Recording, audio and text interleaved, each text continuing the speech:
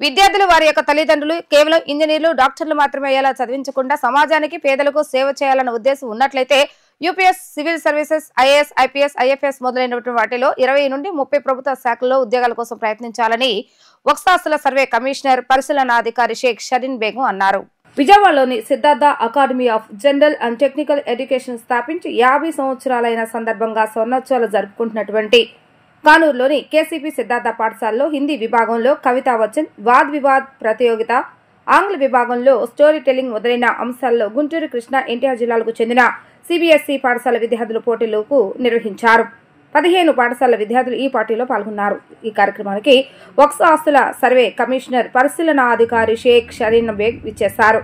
ఈ సందర్భంగా ఆమె మాట్లాడుతూ విద్యార్థులు వారి యొక్క తల్లిదండ్రులు కేవలం ఇంజనీర్లు డాక్టర్లు మాత్రమే అయ్యేలా చదివించకుండా సమాజానికి పేదలకు సేవ చేయాలన్న ఉద్దేశం ఉన్నట్లయితే UPSC civil services IAS IPS IFS మొదలైనటువంటి వాటిలో 29 నుండి 30 ప్రభుత్వ శాఖలలో ఉద్యోగాల కోసం ప్రయత్నించాలని అన్నారు. శిక్షణ తీసుకుని మొదటి ప్రయత్నంలో రాకపోయినా నిరుత్సాహం చెందకుండా కుంగుబాటుకు లోను కాకుండా మళ్లీ ప్రయత్నం చేసి విజయాన్ని సాధించవచ్చని అన్నారు.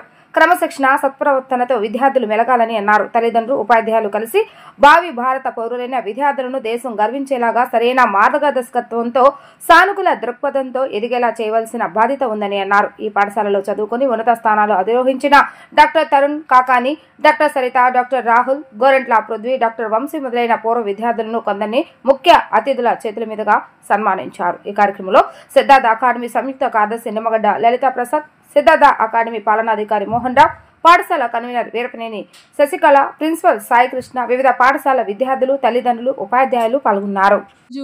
కేసీపీ సిద్ధార్థ అకాడమీ వాళ్ళ గోల్డెన్ జూబ్లీ సెలబ్రేషన్స్ లో భాగంగా కేసీపీ సిద్ధార్థ ఆదర్శ్ రెసిడెన్షియల్ స్కూల్లో వెంచురా గోల్డెన్ జూబ్లీ సెలబ్రేషన్స్ జరుగుతున్న సందర్భంగా ఈరోజు ఇవి ప్రోగ్రామ్ హాజరయ్యానండి.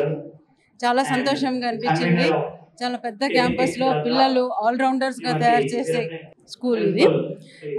ఇక్కడ అకాడమిక్స్తో పాటుగా స్పోర్ట్స్ కానీ అండ్ అదర్ కల్చరల్ యాక్టివిటీస్ కానీ డిఫరెంట్ కమ్యూనికేషన్ స్కిల్స్ కానీ అన్నీ కూడా పిల్లలకి చెప్తున్నారు, ఇక్కడ టీచ్ చేస్తున్నారు. అండ్ ఓవరాల్ డెవలప్మెంట్ కోసం కృషి చేస్తున్నారు. ఈ 50 సంవత్సరాల జర్నీలో చాలా మంది గొప్ప గొప్ప ప్రొఫెషనల్స్ ని తయారు చేసిన అకాడమీ సిద్ధార్థ అకాడమీ. చాలా సంతోషంగా ఉంది ఈరోజు ఇక్కడ హాజరవటం. నాకు పిల్లల్లో ఈరోజు ఈ జనరేషన్స్ లో ఉన్న స్ట్రెస్ కానీ ఇవి కానీ వాటిని ఏ విధంగా వాళ్ళు మర్చుకోవాలి, దాని నుంచి ఎట్లా ఓవర్కమ్ అవ్వాలి అనే విషయాలు కూడా ఈరోజు మాట్లాడాను. కొంతమంది ఇదే స్కూల్లో చదివి పెద్ద పెద్ద డాక్టర్స్గా రాణిస్తున్న వాళ్ళని ఈరోజు ఫెలిసిటేషన్ చేశారు. అది వాళ్ళు కూడా రోల్ మోడల్స్ వీళ్ళందరికీ. చాలా సంతోషంగా ఉంది.